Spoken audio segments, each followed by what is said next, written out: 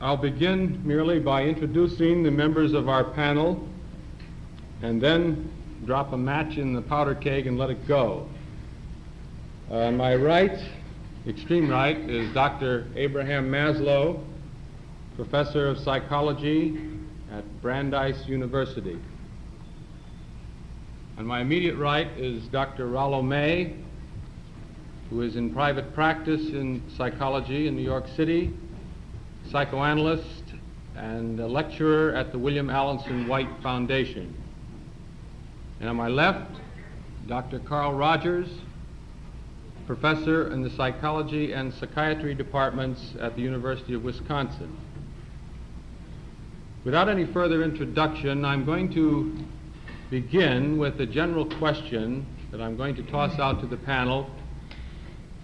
What do we mean by existential psychology and psychotherapy? What is it that we're talking about? What is it that we're enthused about? What is the meaning of all of this?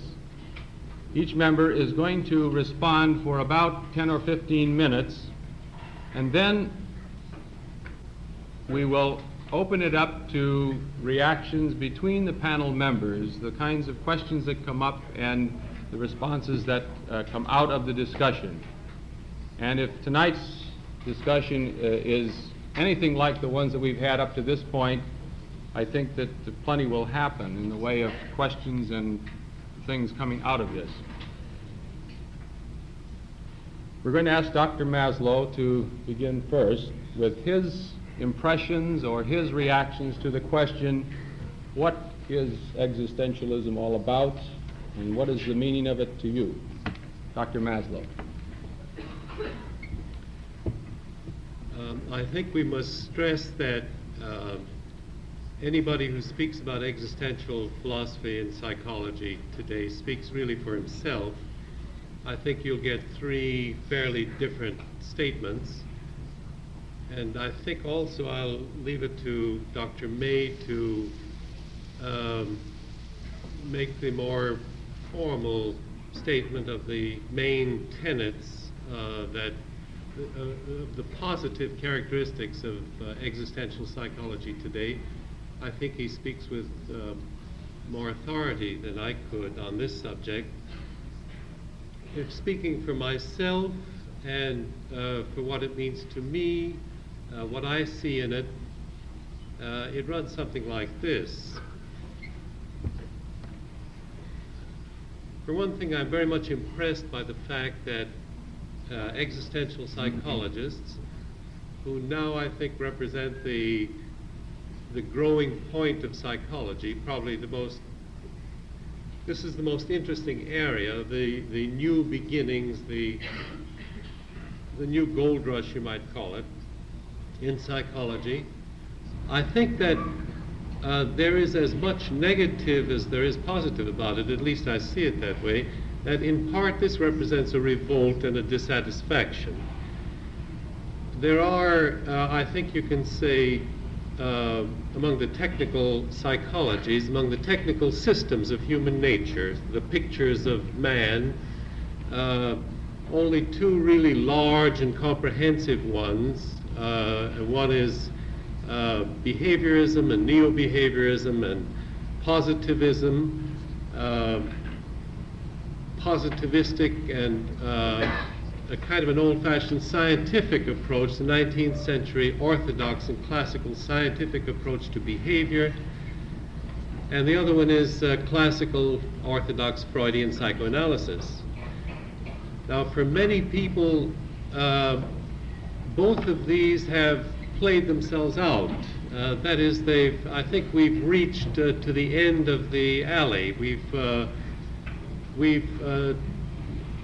squeezed all the juice out of these two big systems, these two approaches to people, to human nature, and there's nothing terribly exciting happening anymore in these two fields.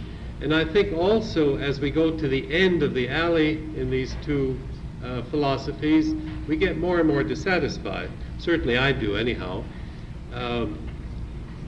The picture of human nature which emerges from strict scientific psychology is simply not satisfying to most people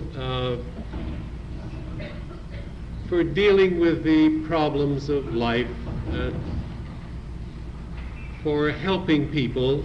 It doesn't give answers to the problems that people normally ask of a psychologist.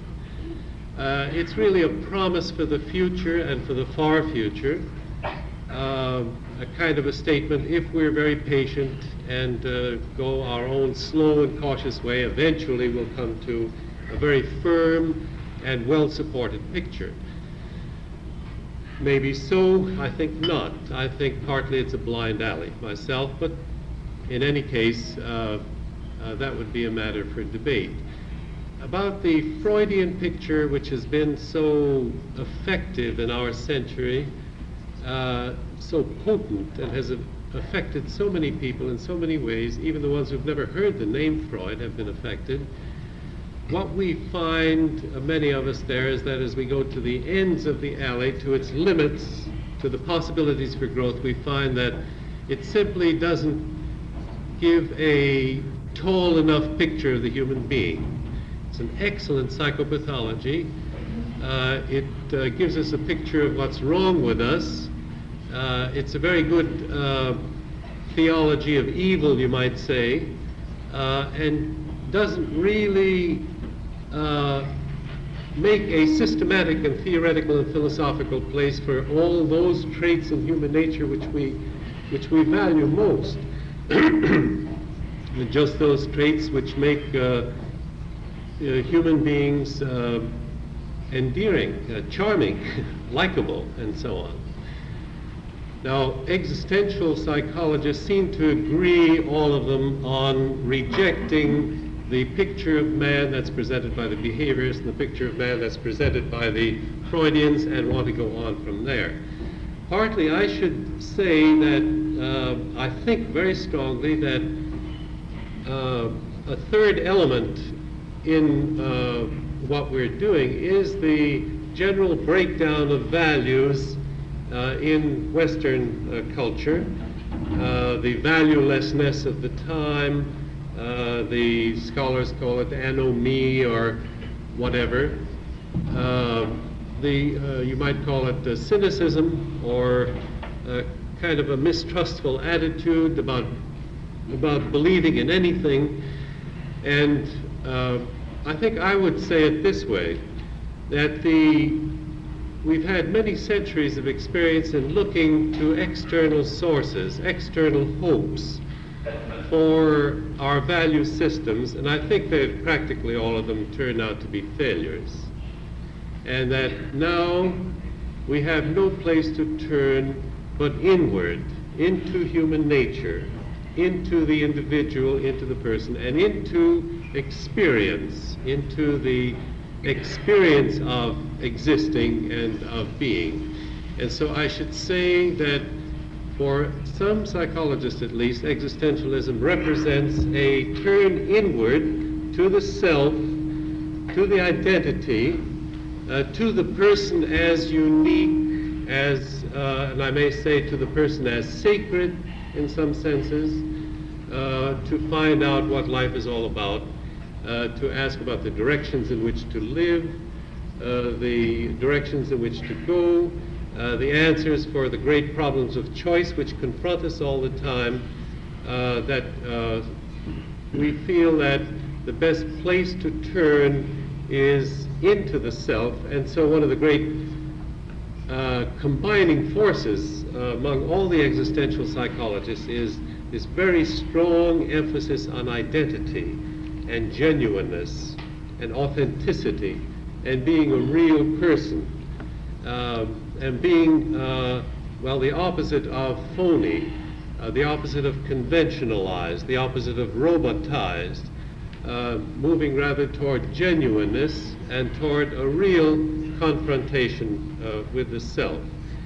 Now, that would be, I think that would cover probably the two main positive tenets of existential psychology. One is the great stress on identity and on a real self, and on the fate of the self, and the other would be the turning away from the abstractions, the abstract philosophies and so on, and starting all over again, seeking for knowledge, using as our beginning datum now the experience of the self in actual living, rather than some abstract notion, some abstract blueprint or essence, which most of the philosophies and most of the psychologists, most of the psychologies have rested on. The stress on experience and the stress on identity, and I think that covers, for me anyway, about 90% of what I'm interested in this field. Dr. May.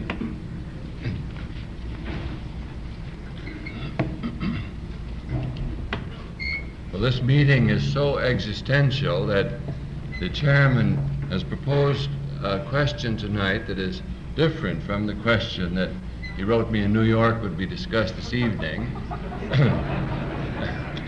and also different from the question we talked about this afternoon as being discussed this evening. We learned fast. I choose to call that an existential approach rather than the way you Californians treat people from New York City. But now we from New York are used to making our way through a maze of different questions, and I therefore will begin with what I'd planned to begin with, and it so happens that what I have to say to you will end up with the question of existential psychology. The topic that was sent me in New York City was what are the current new developments in psychology? I want to propose to you 4 developments that seem to me to be the major ones now going on in modern American psychology. There is first the general trend toward the understanding of man as a robot. It is the making of man, the understanding of man, and the forming of man over in the image of the machine. Now, you may think that I'm putting this in rather strong language. I do not believe that I am putting it any more strongly than is actually going on in a number of trends in modern psychology and a number of trends in our culture. This is the tendency in psychology and other aspects of our society that takes one form in operant conditioning of the human personality, takes another form in brainwashing, takes a third form in the emphasis upon placebos, in the curing of people, or the so-called curing, and the great emphasis upon tranquilizers, other drug ways of avoiding anxiety and guilt. Now, just before I came out here to California, I studied a paper which is very important along illustrating this trend. This paper was written by psychologists at a hospital here in California. It represents the point of view of Professor Skinner at Harvard, a point of view that is exceedingly widespread and important. I disagree with it radically, but it's exceedingly important in modern American psychology. The title of the paper is "The Therapist as a Social Reinforcement Machine." Now, this title is not at all a joke, because the author then goes on with a good deal of intellectual care and penetration to describe how, in the view of operant conditioning, both the patient and the therapist are programmed machines. In psychotherapy, says the paper, patients change in the same way they change when you give them placebos. That is, they change by virtue not of what is done for them, or as in the case of giving a placebo, not with reference to the actual medicine. They change rather because of the faith they have in the authority of the therapist. There's no distinction made between change in therapy and brainwashing.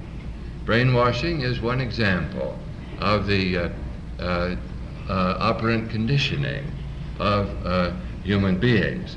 And the author of this paper did not make any distinction. Matter of fact, he defined psychotherapy as the placebo effect.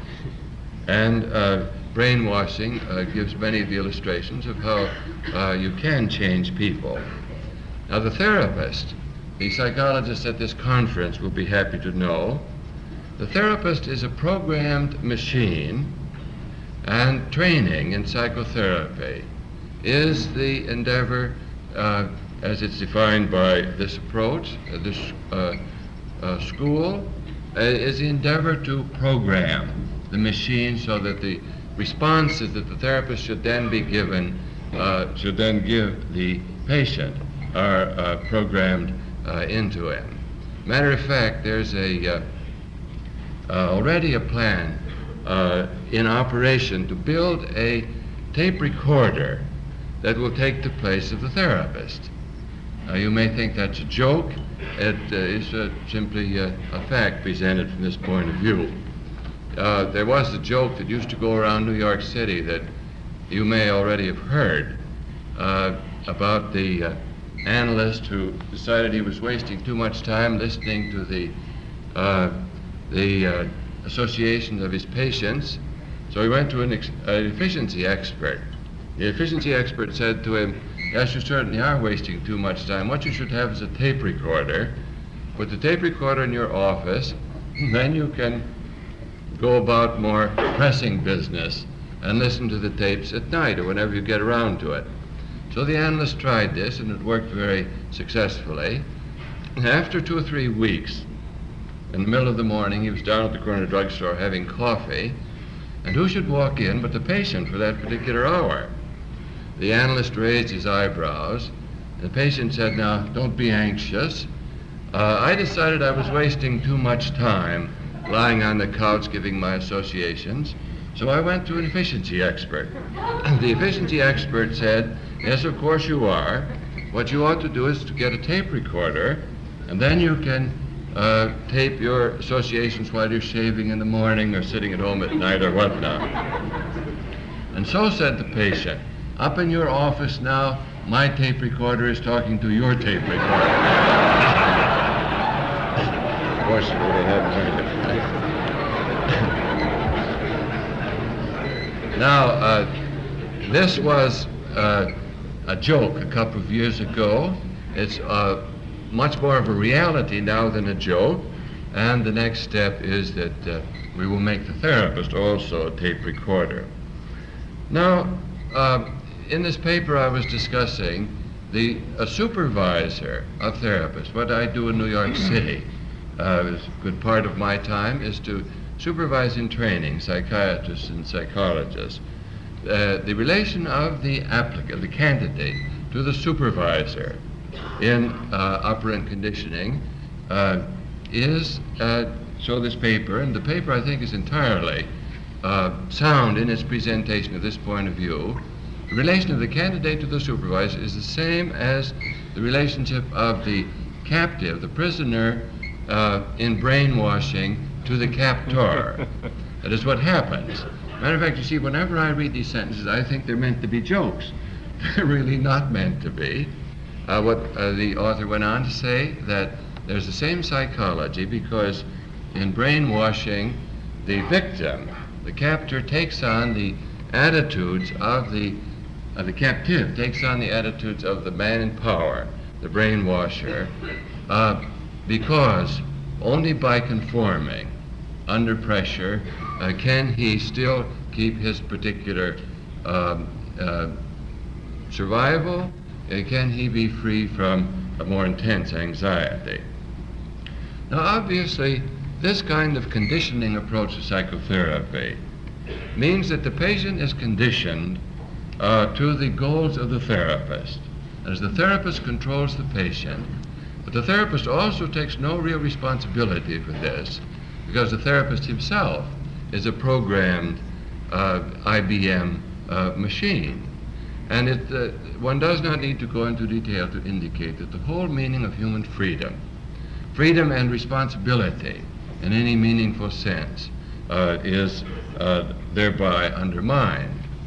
I think I'm not only undermined, but to the extent that this would be our approach to therapy, freedom would be destroyed. Now, this is what William S. White in The Organization Man means when he says that modern man's enemies may turn out to be a mild-looking group of therapists who are doing what they did in order to help you. And what White means by that is that to the extent the therapists simply represent the ethos, the values of the culture, then they automatically train the patients into conforming, and the originality and individuality of the patient is automatically trained out. Now, this tendency in modern psychology to see man and to make man in the image of the machine, I think needs to be taken very seriously. It's represented in this form of behaviorism. It's represented to some extent, in my judgment, in the dogmatic aspects of Freudianism. It's represented actually in every kind of dogmatic psychology, and represented in what is a social, cultural phenomenon of our time, namely brainwashing. Now, I don't think in the long run, however, I cannot believe that this will be the trend that will succeed.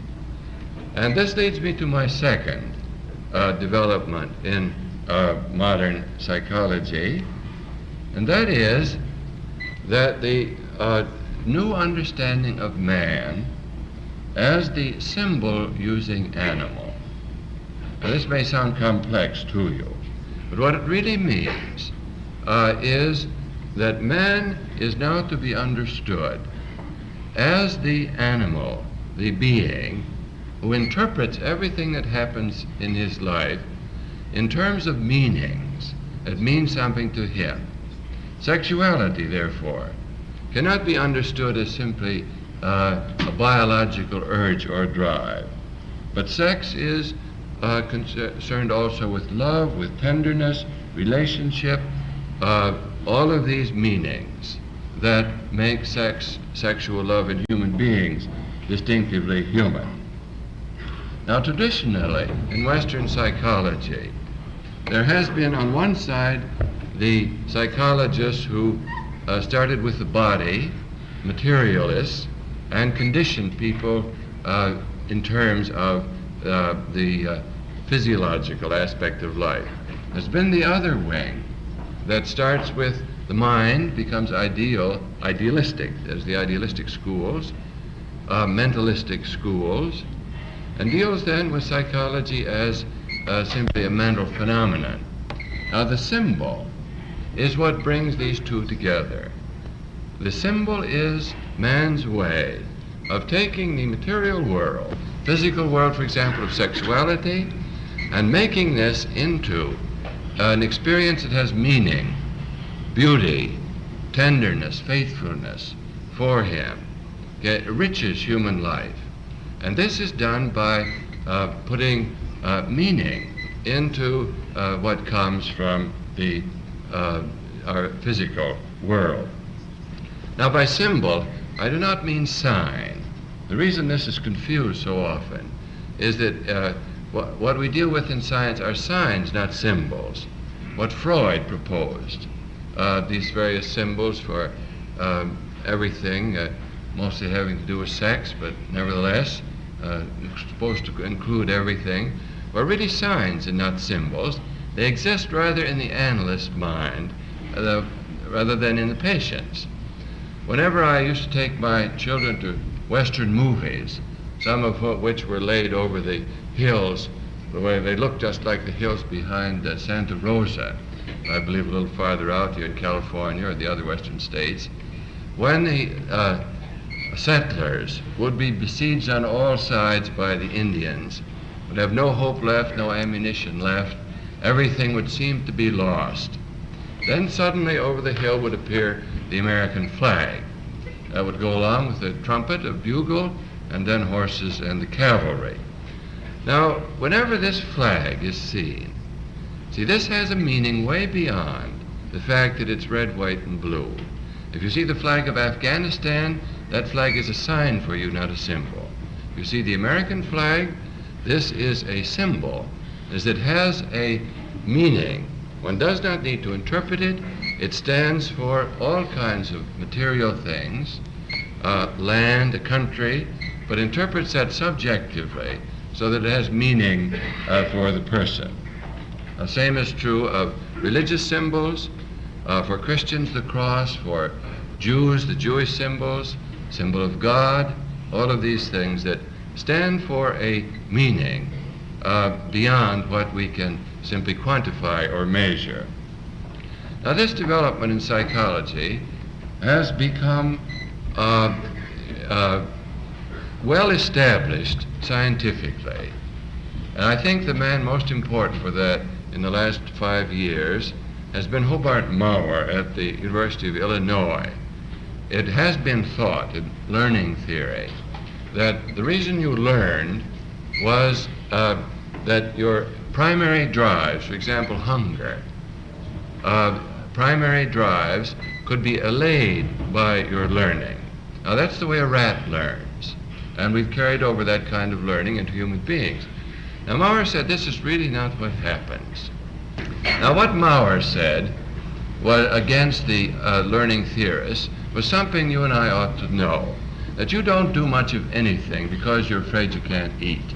Hunger is practically never a drive for your learning. Hunger is transmuted into money, success, pride, the having of a house, all these kinds of things. Now, hunger then becomes something quite different from the original drive, and the symbols of success, of making money, which originally for the rat or for primitive man were simply, am I going to have enough to eat so I don't starve? These new symbols of pride, success, and so on become the things that motivate human learning. Now, Maurer, who has worked this out in an exceedingly important way, see, the symbol then is between the primary drive and the learning.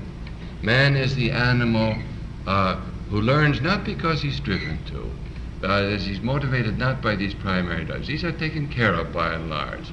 He's motivated by the meaning of these drives. Now, there's something profoundly important in that, because no longer can we talk of man as an animal or a machine. Once he is symbol making and symbol creating, he then becomes the creature who lives by meanings. Now, meanings, as I say, are not signs. They don't have to be explained or interpreted. If they are really symbols, you don't explain them or interpret them, you experience them. And this is why they can make a real experience that unites the objective world outside with the subjective world within. Now, this leads to the third trend in modern psychology, namely the trend, as Dr. Maslow put it, to bring values back into the picture. Values, religion, and philosophy. These had been largely left out in the developments of psychology when I went to college, and I think probably until about the last 10 years. It's accepted now. Even the operant conditioning men accept the fact that you have to have values. The only thing they say is, I will condition into you the values that have already been programmed into me. Now, the fourth trend in modern psychology leads us, as always happens in existentialism, to a wonderful transcendent unity back to the question the chairman asked, namely the existential development. I think this is the movement that unites the men in psychology who put the human being above the machine, and who want to understand the human being as human, rather than the human being as a model of the machine, or the human being as a not quite so clever animal. That is, the existential approach takes man as human. It says also that science was made for man and not made for science. It says that our science must be relevant to understanding human beings. If our present science cannot understand human beings, as I believe conditioning cannot, then we need to develop a science that can. And one aspect that interests me greatly in this science that will be adequate to the understanding of the human being as human is that no longer can we explain the human being by steps in nature below the human being. It is not only, as we cannot rest entirely on an evolutionary explanation. You and I do not love in such a way because the monkey loved in such a way. We must understand not only the higher by the lower, in this usual evolutionary sense, we also can understand the lower only by the higher. And as human sexuality can only be understood, certainly it's a biological function, but sexuality, my sexuality and yours, cannot be understood by biology coming into life. This is part of it. My sexuality and yours must also be understood as meanings and values, putting into form the particular biological drives that we have. That is, the lower can be understood, must also be understood in terms of the higher development. Thirdly, existential psychology values freedom. It makes freedom the most precious value of all because it's a value that underlies all other values. That is, neither love, nor sexuality, nor work, nor religion, nor anything else would have value except as a human being can affirm it himself. This means unless there's some element of freedom someplace, then the other values we have simply are not values at all. Now, fourthly, the existential approach takes the things seriously, again as Dr. Maslow was saying, which are most significant for us, for man. As it takes seriously anxiety, it talks about love. In behaviorism, you cannot talk about love. Talk about sex, talk about the conditioning of sexual behavior. If you're a zoologist like Kinsey, you could make a study of how many times something or other occurs per week, but you aren't talking about human love. Now, the existential psychologists frankly talk about love. Also, they talk about tragedy, despair, hope, and these characteristics of the most significant characteristics of life. Now, they also say that the goal of human life is not to become a more and more perfect machine, but the goal is to become what one really is, and what one really is a human being. One becomes only, as Kierkegaard put it, only as we choose ourselves. It is only as we, in the center of ourselves, in solitude and in love relationships, affirm the fact that I choose to be this being, that I can be biologically, psychologically, and spiritually. Only as I affirm it will I really achieve the goal of my life. Now, they also say that this can be affirmed only in terms of relationships with other human beings, as the I-thou relationship, and also can only be affirmed in terms of relationship with what they call the Umwelt, that is, with nature. Now, I believe that the existential trend is going to be confused for some time to come. It's going to be something of a heterogeneous endeavor of many different psychologists to work out their understanding of what it means to be human. But in my judgment, the existential movement does have the intellectual power, the experiential power, the historical power, because it comes directly out of the center of modern Western man's history, modern Western man's literature, philosophy, and it is parallel to the new science. That is, it's parallel not to 19th century science, but to the new physics, say, of Bohr and Heisenberg and so on. Now, for these reasons, it seems to me that it gives promise of being the underlying structure for the psychology that deals with human beings as human. Thank you. I won't say anything in that. Dr. Rogers.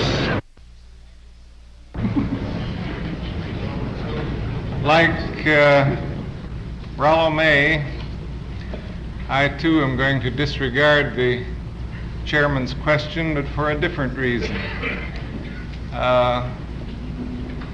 As I've been sitting here looking out at this, what looks to me like a sea of faces, I don't recognize you. You don't look like a group of psychologists. You don't look tense enough.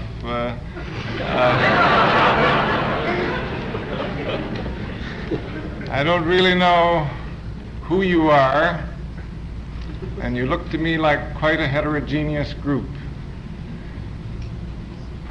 And I simply can't bear to talk at an audience when I have no notion of whether I'm talking to their concerns.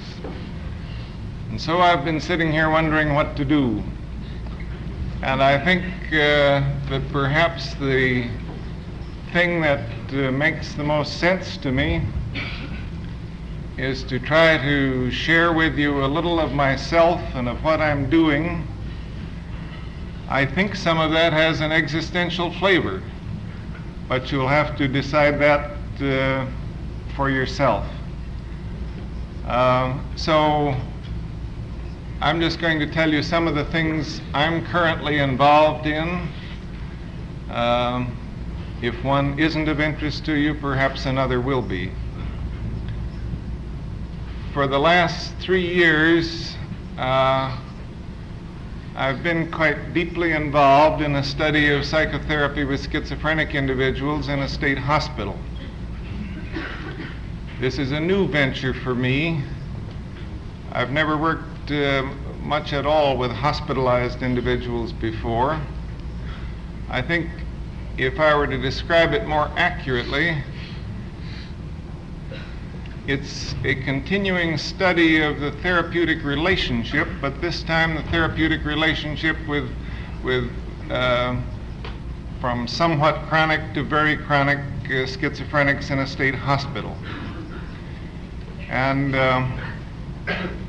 it's been a discouraging enterprise at times because we've taken, a group of us as therapists have taken a representative group, not a selected group, but a representative group, and we find there's quite a difference of individuals in a state hospital and are trying to work with them therapeutically. It has raised problems that for some of us have been new. I've met resistances before, but when one girl whom I was endeavoring to work with always ran into the bathroom every time I came onto the ward, that represented a new problem for me in dealing with resistance.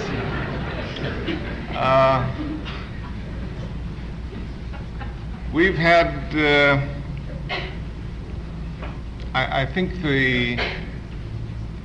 a number of the individuals that we're working with have gained. I am very sure that the therapists who have been involved in the research have gained. I think we've learned more about how to put ourselves as persons into the relationship, in a sense saying, here I am, I'm interested in you, I'm going to stand by, I'm offering something, I can't make you take it, you don't have to take it, but I am here, I am interested, I do care, and not in every instance, but certainly in a number of instances, that message has gotten through in in a very real sense, this has to do with some of the things that have been said, in that it has been part of our hypothesis that if we can build a real person-to-person relationship with these individuals, then something constructive could happen. And I think that hypothesis is being upheld, but the point that I would, realize, the point that I would make much more seriously now than when we undertook the research, is the difficulty of establishing this person-to-person relationship, that you can offer a great deal and find it not received. And so, as I say, we have been stretching ourselves as therapists as we have endeavored to work with people who by and large are unmotivated for help, who do not consciously want any help, whose general attitude is talking won't help, who are of a lower socio-educational status, and who in addition have been hospitalized for a good many years. So, and I might say, you might wonder, and I think a good many people wonder, why we as therapists shouldn't be put behind the same bars for having tackled such a difficult situation on a research basis. It is because we have really wanted to investigate the limits of what a therapeutic relationship can do. What can it offer? I could talk more about that, but I don't think I will right now. I'll turn to a second aspect very closely related, because as I say, this work with schizophrenic individuals is part of a continuing interest on my part and the part of a number of people working with me in what makes a relationship a growth-promoting thing. How do you grow persons? What kind of a climate makes for development or a curative influence? What kind of a relationship is therapeutic? And we have had the very strong feeling, as we've tried to look into this from many angles, that by and large it does not seem to be the professional training of the therapist that makes it therapeutic, nor his therapeutic orientation, nor the kind of education he received, nor the scholarly knowledge that he has in the field, nor the ease with which he can use the lingo. It seems to depend a great deal more on certain attitudes which the therapist experiences toward this person that he's working with. And gradually we've sorted out several that we have hypothesized as being effective, and little by little we have developed the tools and to measure both those attitudes in the therapist and the question of what kind of effect they may have on the client, whether we're speaking of clients like you and me who go to someone for help, or whether we're speaking of hospitalized individuals. And some of these attitudinal qualities I'll just mention very briefly. We now have fairly reasonably solid research evidence that here are some of the attitudes that seem to be associated with change in the client. One of them is the genuineness of the therapist. To what extent is he a real person in the relationship, and to what extent is he a facade or a professional front? We've often used the word congruence to describe that he's the same person all the way through. What he's experiencing within himself is also what he expresses to this individual he's working with, and he's aware of what's going on within himself. So that's one of the qualities that seems to be important in bringing about change in persons. Another quality that seems to be associated with change in our clients is the ability of the therapist to listen empathically, to experience what it seems like to the other person, to really catch the flavor of life from the inside as you deal with this other person whose world is quite different from your own, but where you can sense and feel and understand his world.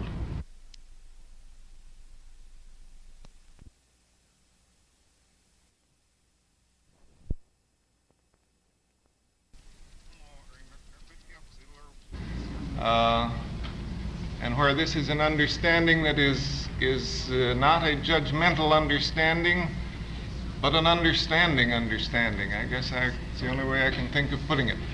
Where the therapist is trying to catch the flavor of this person's inner life, not to do something about it, not to say something about it, but simply to provide a sharing person, so that now there are two who can see the problems and perplexities and despairs and bizarre feelings and so on, two who can see it in the same way, so that the client does not need to feel that he is absolutely alone in his world and that no one can ever quite understand what he's going through or how life seems to him. A third quality that we have found to be associated with change is the degree of positive regard or warmth that the therapist feels toward the client. A prizing of the client, a liking for the client, a non-possessive love. I think that's a perfectly good phrase for it. So that it is that quality that we've termed positive regard, to give it a neutral name, that also seems to be associated with change. Still another is the unconditionality of the therapist's regard for the client. Let me explain what I mean by that. I think a great many close relationships are highly conditional. I like you when. I like you if. Parental regard is often highly conditional. I like you if you're a good boy, but I'm not so sure otherwise. Well, it has seemed to us that the quality that most promotes change in persons is an unconditional regard, where I prize you regardless, or I prize you in each facet of your personality and feelings. Well, as I say, this is we have quite a reasonable amount of research evidence to show that qualities like these are associated with the degree of change in the client. And the more there is of such qualities in the relationship, the more change seems to occur in the client. I think this kind of development is significant because while there may be many other, I guess I don't believe that, but I will admit hypothetically, there may be many other bases of change also, yet at least we have put our finger on some of the elements that seem causative in bringing about constructive personality change. And this to me is quite an important thing, and something relatively new in a field as subtle as psychotherapy.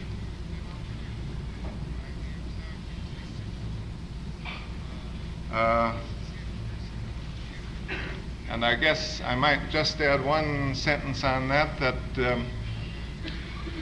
it is significant to me, and perhaps will be to some of you who are interested in the scientific and theoretical side of this, that this association between these attitudes and change in the client seems to be true whether we're talking about the therapist's perception of his relationship with his client, or whether we're talking about the perception by judges who listen to recordings of the interview that these qualities are or not present in the relationship, and also the client's perception of these conditions is associated with change, and of those three, it is the client's perception of the relationship that is most closely associated with the degree of change occurring in the client. The way I interpret that is that if the client can really perceive you as offering these kinds of attitudes or as experiencing these kinds of attitudes toward him, then he is in a climate which permits him to change and grow, and change and growth does occur. I don't know how long I've talked, Red, probably long enough. There's some other work we're doing on education, but why don't we save that? We'll give you a breather on education. Before I ask some questions which come to my mind, I wonder if any of the other panel members have questions to ask of each other. This originally was intended to be a kind of dialogue, and I wonder if... It's gotten into a trialogue. We looked at it in the dictionary. It does mean two or more. Anyway, I wonder if any of the other panel members would like to raise questions of each other. I think I'd like to add some remarks to... All right. What I just said was I'd like to make a short speech. Dr. Rogers' remarks reminded me of something that we talked about, I think yesterday in our sessions here, that seemed to click pretty well and seemed to make a good pedagogical communication about psychotherapy. And I'd like to try to say that again because I think it's such an important and such an obvious consequence of this difference in thinking that is going on now. This is a really great shift over from one model of psychotherapy to another model of psychotherapy, and is a direct consequence of these shifts in philosophical attitudes that I was talking about before. And it runs something like this. We've learned that psychological health, that the movement toward psychological health, or the movement of, let's say, one of Dr. Rogers' patients, as he describes them, from the beginning toward the end of successful psychotherapy, is a move not from the presence of problems to the absence of problems. That is, the healthy person doesn't become one who sits serenely beaming at the world like Buddha, the Buddha statues, but rather a very important difference. It's a shift from pseudo problems and false problems and unnecessary neurotic problems on over to the real problems of life, to the serious problems. And this is one way that I know it seemed to me that we could effectively define existential psychology, is that it deals with serious problems in this sense.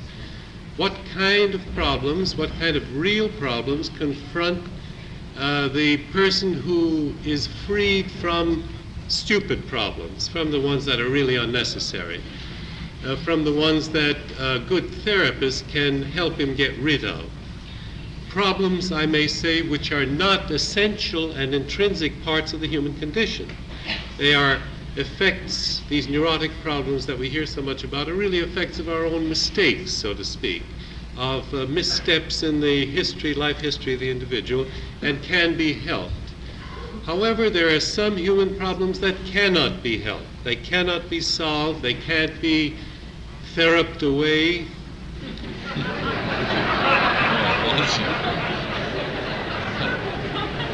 I was going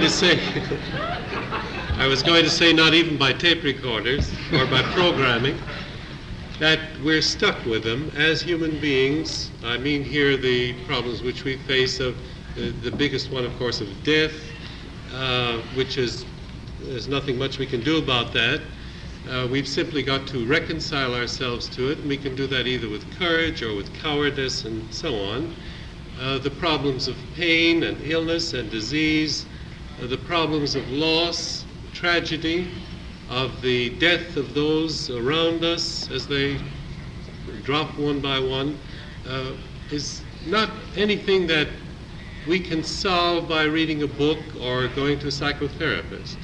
These are the residual, human, serious, permanent, and I may say insoluble problems of life itself, of the human condition itself. These are the problems we inherit when we get born into the world, and there's no way of ducking them. Now, if this is so, then I know it was this kind of consideration that made me change my attitude radically toward the therapist-patient relationship, which I had been brought up, I think all of us had been brought up, to think of on the medical paradigm, the clinical paradigm, of a healthy doctor who knows a lot and who's kind, helping a poor, weak, ignorant, sick patient from above downward, so to speak, and that therefore the Freudian model of the ideal therapist, for instance, is one who retains a certain Jove, godlike, top of Mount Olympus quality, one who mustn't be known, a rather mysterious character, one who doesn't quite breathe in the same way as one that well, this will really make the point, is of a patient who got terribly shocked by walking into a men's toilet and finding his psychoanalyst at the urinal next to him and going into a traumatic state.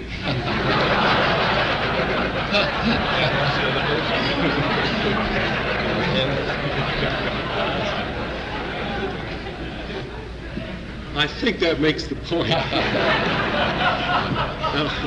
We have... Dr. Rogers wants to know if it was the analyst or the patient.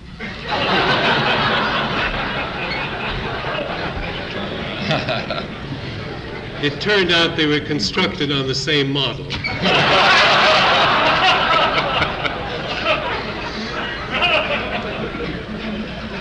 Now, how shall we think differently about psychotherapy when we think of these two people facing the real problems of life? It has been very helpful to me to think of, to try to think of a kind of a visual image there of essentially two people in the same boat. Two people cast away on the same desert island. Two people facing very much the same problems, or to say it another way, two people who are so much alike, that is, the similarities are so great between them that the differences between them, the differences in degree of health, for instance, become figure against ground. The psychologist will understand that of, let's say, of less important, less quantitatively important than the great problems that they share, the great fears that they share, the anxieties, the depressions, and so on. Therefore, they become a little more like two human beings facing each other, and the tendency has been more and more for the existential psychotherapist to move over into not the Mount Olympus you poor people down in the valley kind of thing, but rather of what Buber called the I-thou kind of encounter, which they will talk about a great deal. That's a word I'm sure that you'll all have to know, all have to learn, the encounter.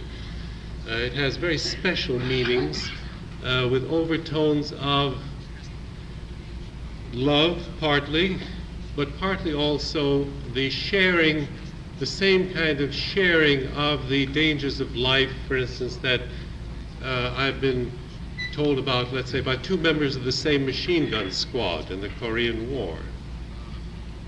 They shared things, they faced things together, they faced very serious things together, and thereafter were bound together in a way that most people never get to be. Well, this I-thou encounter is a much more equal kind of encounter, much more of two human beings perhaps even helping each other, leaning on each other. I won't, it's a temptation to be dramatic about this. I was going to say two suffering human beings helping each other, which certainly sometimes is true, but I won't say that because it's not always true. There may be two happy human beings helping each other and sharing very fine and wonderful experiences, which also happen in this therapeutic situation. And finally, I would point out that if this is so, then the walls between psychotherapy and many, many other interhuman relations become shadowy and shift. And does this not define the relationship between a loving husband and a loving wife, perhaps? Not too badly, it's not too far off.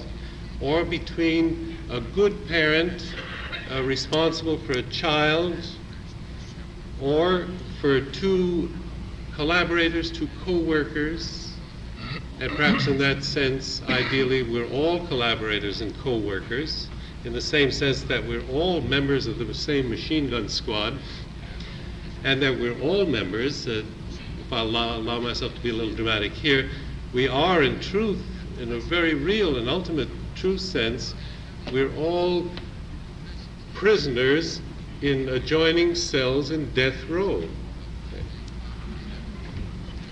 And we must therefore understand each other and help each other, and certainly not be condescending to each other in the way that our old, and especially our Freudian paradigm for psychotherapy, presses us to be. Dr. Abe, could I give you two reactions to some things you were saying? One thing that hit me when you were speaking about the problems that can't be theraped away, the common problems that we all face,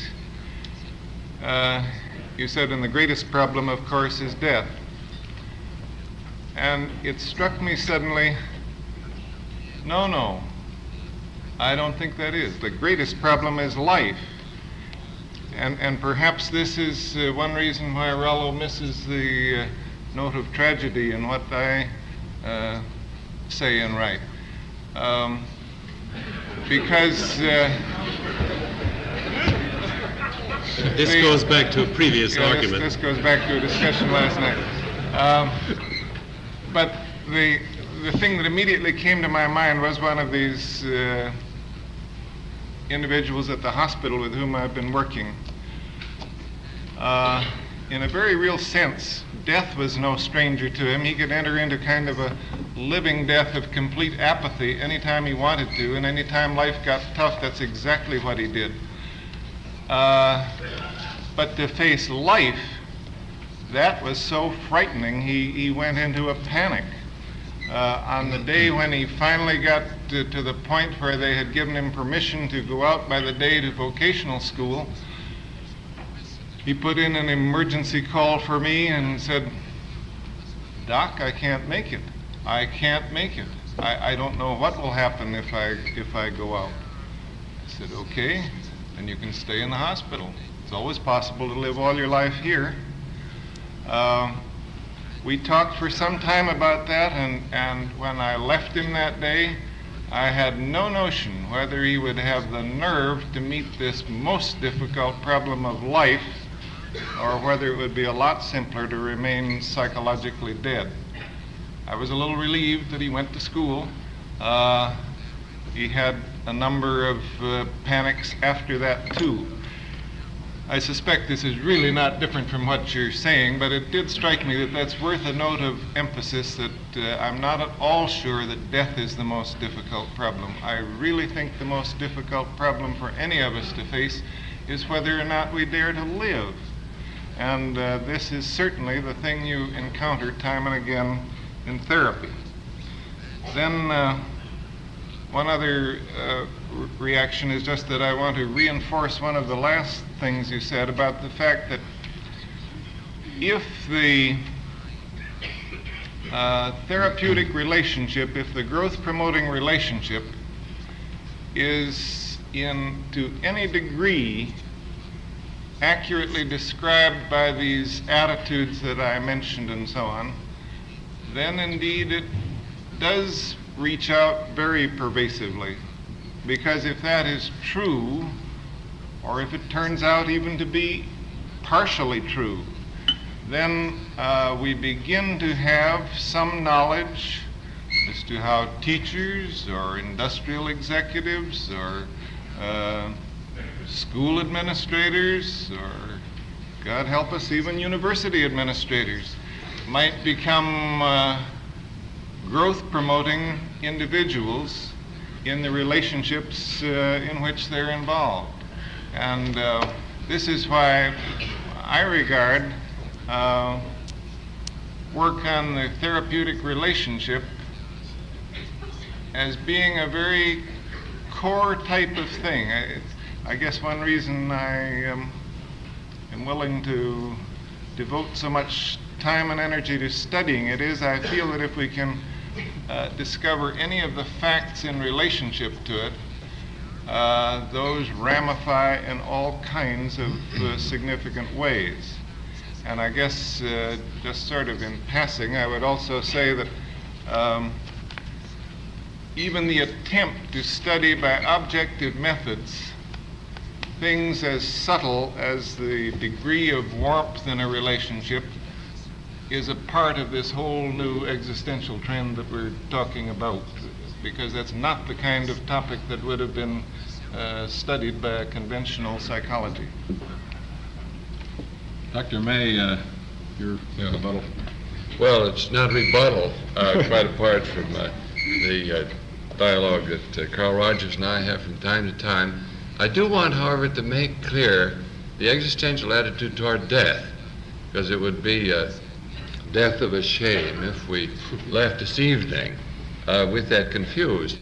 Now, the existential emphasis on death is precisely because this is the way of heightening the life experience. As I could have said when I spoke of the things that they talk about, love, anxiety, and so on, they also talk about joy, which you don't find in other psychologies.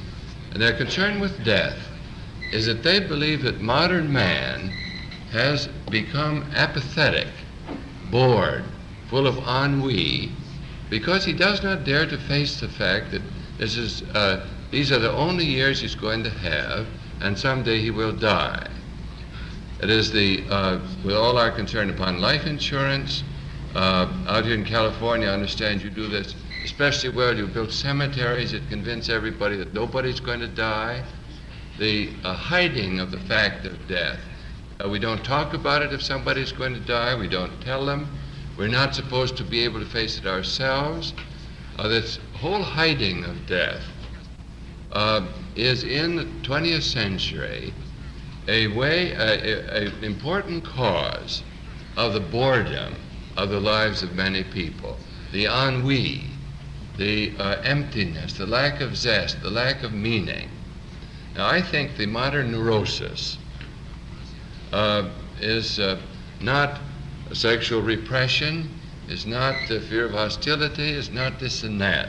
I think the most typical modern neurosis throughout our Western culture is meaninglessness. There's lack of zest, ennui. Life simply is not significant. Now, this is associated very closely is the fact that modern Western man, since the Renaissance, by his science, the fact that now we live longer every year, every year, our life expectancy. Just seems longer. Carl Rogers says it only seems longer. Now, this conspiracy to hide the fact that we die by all these mechanisms is part and parcel of the lack of real zest in life. I remember a student of mine in New York City, my classes at psychology department of New York University. This is a graduate student, and these boys are pretty hep. And he said, this is what existentialism means to me, that in life we know only two things. I know only two things. First, I am alive now. Someday I will be dead. And the only question I have is, what am I going to do between those 2 points?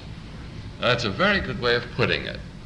You see, what Pascal, also one of our joyfully tragic existentialists, said that the greatness of man and his nobility is the fact that he knows he's going to die.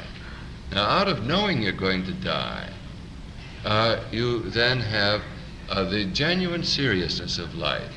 If I'm only going to be here these years, let me then not wait around in boredom, but let me love as best I can, let me create as best I can, let me throw myself into life with courage. The fact of death and the facing of it, I think, is what gives man real courage to live. Let me end with a little quote from Kierkegaard that always amused me greatly. See, Kierkegaard is said by the Time magazine to be melancholy. Everybody else thinks of him as the melancholy Dane. But actually, Kierkegaard was a man of very great spirit. And in one of his marvelously satiric statements about how you find yourself, how you lose yourself, Kierkegaard was talking about the typical conforming modern man. This was written in about 1845, and it fits us to a T. That Kierkegaard, this conforming modern businessman, it could be intellectual or anybody else, he does what everybody else does in his culture. He grows up, he goes to school, he goes to church like everybody else. Finally, he dies. He's ushered into heaven by the parson for $10. Everything has worked out in his life, except a self he has not become and he has never lived. Now, this is one of Kierkegaard's ways of saying that the real thing is the choosing of oneself. Now, dying and the facing of it, I gather this is what Dr. Maslow means. I find myself, see, when I look at California out here, I haven't been out here very much. I'm afraid if I did come out, I'd stay forever, and possibly I will come out and stay forever. But in any case, I must confess, I came out here from the mountains of New Hampshire, where we have a farm that means much to us. In the mountains of New Hampshire, I plant trees, birch trees, white birch trees. And I take a special delight in planting these white birch trees and transplanting them. There will be thousands of them there around in our farm over the White Mountains. Because I know that these trees are going to live beyond the time I live. I will never see them as really grown trees. My son and daughters will see them, and their children will.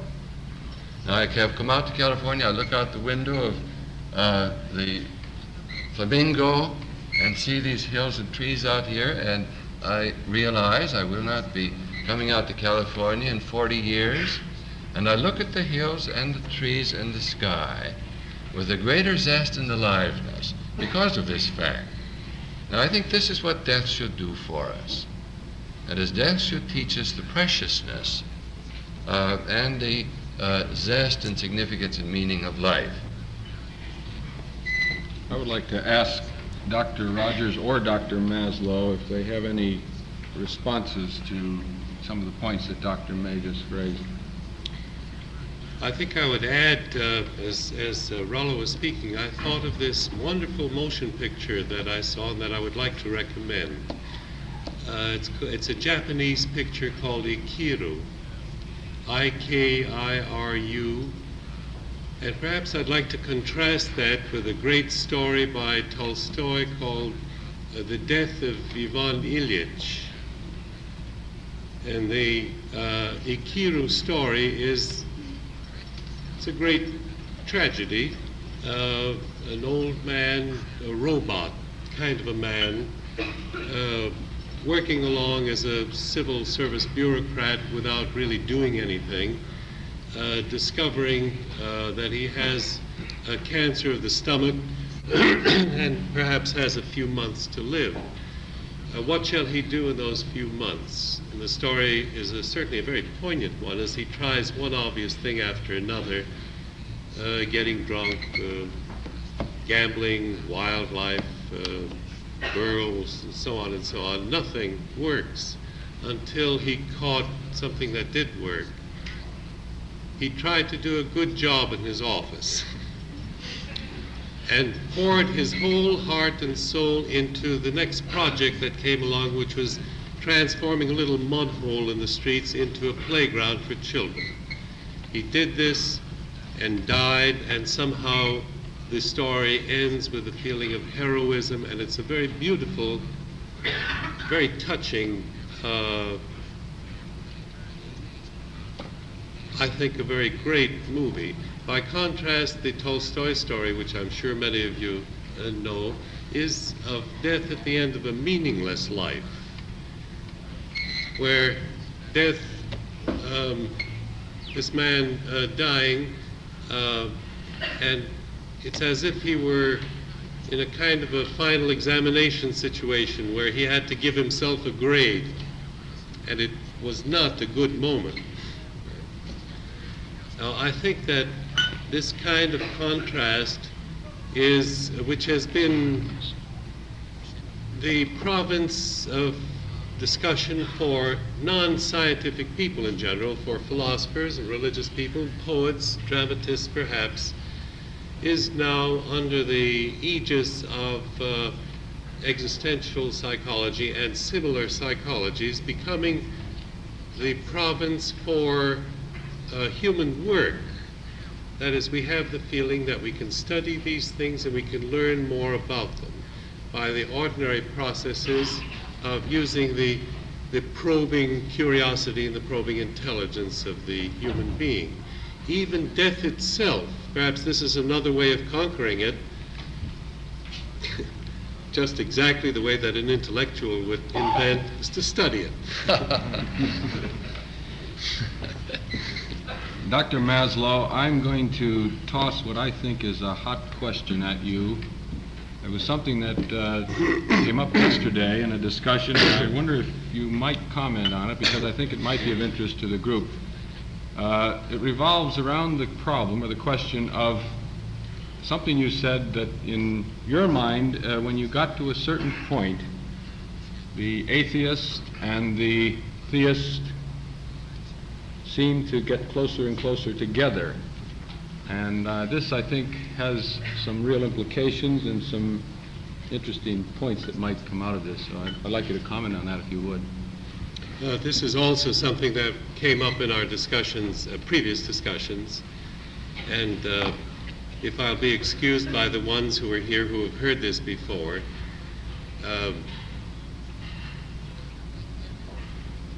the general point was that when these discussions of religion came up, and I said that I was a member of the American Humanist Association, and that I would have been called in 1900 or 1910 an atheist or an agnostic. And then I pointed out that this was no longer the kind of great cleavage that it was 30, 40 years ago. And I quoted this remark that Dr. Tillich, Paul Tillich, who I'm sure you've heard of. We were on a symposium together. Dr. Tillich defined religion as the concern deep concern with ultimate human concerns. And then I came to the platform and defined psychology in just the same way. That is, psychology as I saw it, the psychology as I thought it ought to be, and that clearly the distinction there had shifted, that the line between formal religion — Tillich is a professor of theology, whose Christianity has changed apparently a very, very great deal, to the point where stresses are laid upon forces, not so much upon personal God, a particular human-like figure with a skin and a beard and so on, with whom the human could identify, but rather on great forces in nature, the forces that made for the integration of the world, and so on and so on. Forces in a word that a non-religious person could also use for defining the meaning of life and the direction of life and so on. That is, so far as the great ethical questions were concerned, and so far as the great cosmological questions were concerned, formal religion and humanism have moved closer and closer together until they're not terribly different, and where the particular verbal usage frequently is a matter simply of the personal history of the man using them, because the definitions may be, for different words, almost the same. What this portends, I don't know. I certainly can predict the great churches have always been, over the course of long periods of history, have been very intelligent in yielding to truth, yielding to facts, yielding to increased knowledge of nature. They've generally accommodated themselves to this, all of them, all over the world. Now, I think a new problem confronting the churches and the formal religionist are these problems that we've been talking about tonight. There is a new realm, a new corner of nature, a new realm of facts that we are, the psychologists, are presenting to the theologians and the religionists to chew on, to accommodate to. My guess is that many of them will do it, and therefore I would predict that the churches, church doctrine and so on, is going to be, in the flexible way which history has always shown it to be, remodeled, redefined, shifting in various ways so as to conform more with the new factual challenges that people like us are presenting through our experiments, researches, clinical investigations, and so on. Dr. Maslow has attempted to relate existentialism to one great institution. I wonder if it would be possible to relate some of the ideas of existentialism, some of the concepts of existentialism, to another great institution, namely education. I'm going to ask Dr. Rogers to tackle this one, if you will.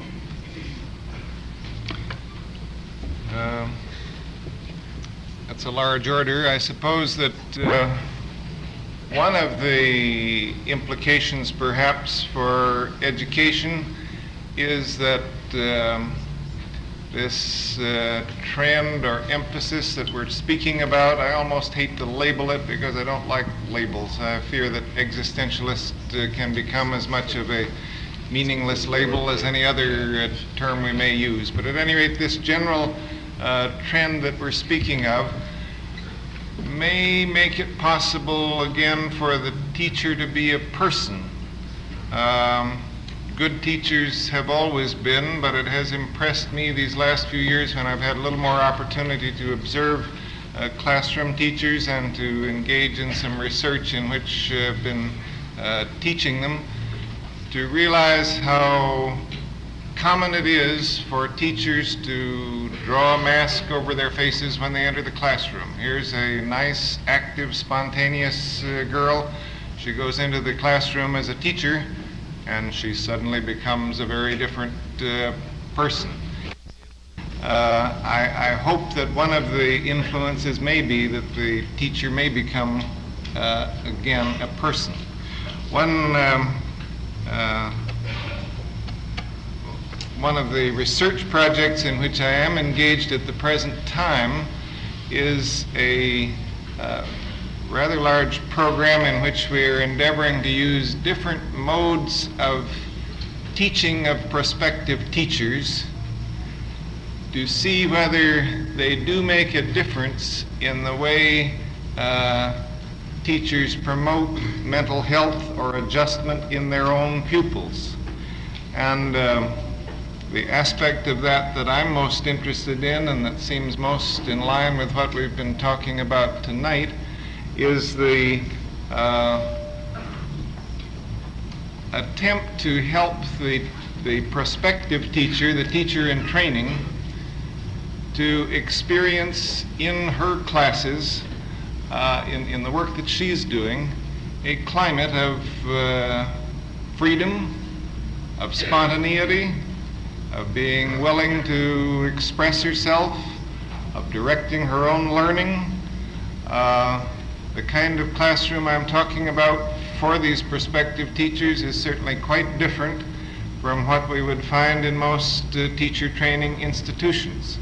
I'll also confess that it brings about a good deal of existential anxiety on the part of these prospective teachers to be faced with a climate in which they are expected to be responsible, in which they're expected to guide themselves, in which they're expected to evaluate their own work, in which they're expected to try to look for and fill in the deficiencies in their own knowledge and experience. It's part of our hypothesis that I taught one of these groups, and it was part of my hypothesis that if I could create a situation in which prospective teachers could experience what it was like to be dealt with as a person, to be respected as a person, to be treated as a responsible person, then the probability was much greater that they might create that kind of a climate with their own pupils.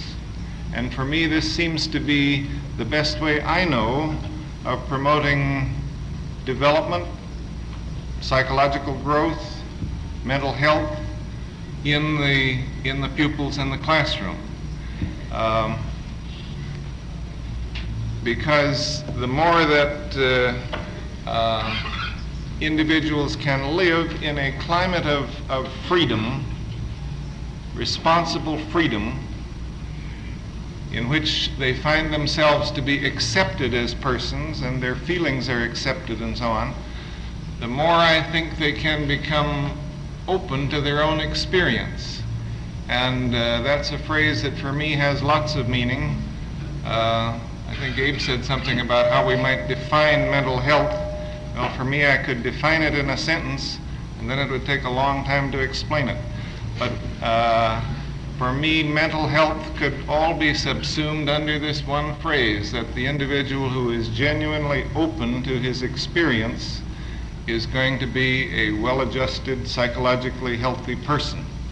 And by that, I mean an individual who is able to look within himself without defensiveness, and to have a recognition and acceptance of what he's experiencing, and a person who's also able to look out clear-eyed on the world and to recognize the world for what it is.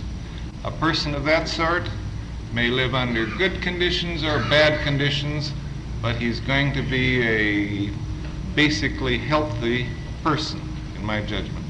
And this work in education that we're endeavoring to do is aimed towards seeing whether you can train teachers in ways that might help them to enable their pupils to be more free as persons, more unique as persons, more open to what is going on both within and without. I have one thing to say before we leave this evening, and this is a personal debt of gratitude that I would like to express. As I said earlier, I wish that there was somehow, some way to communicate to you the real meaning and importance of this conference that we're having. I think perhaps this panel discussion tonight has given you a flavor of this. But what I would really like to express tonight is my personal gratitude to two people, unsung heroes, if you wish, without whose assistance we could not have done this, without whose support we could not have done this. Dr. Ambrose Nichols, the president of Sonoma State College, who is in the audience, and Dr. George McCabe, who is the head of the Education Division.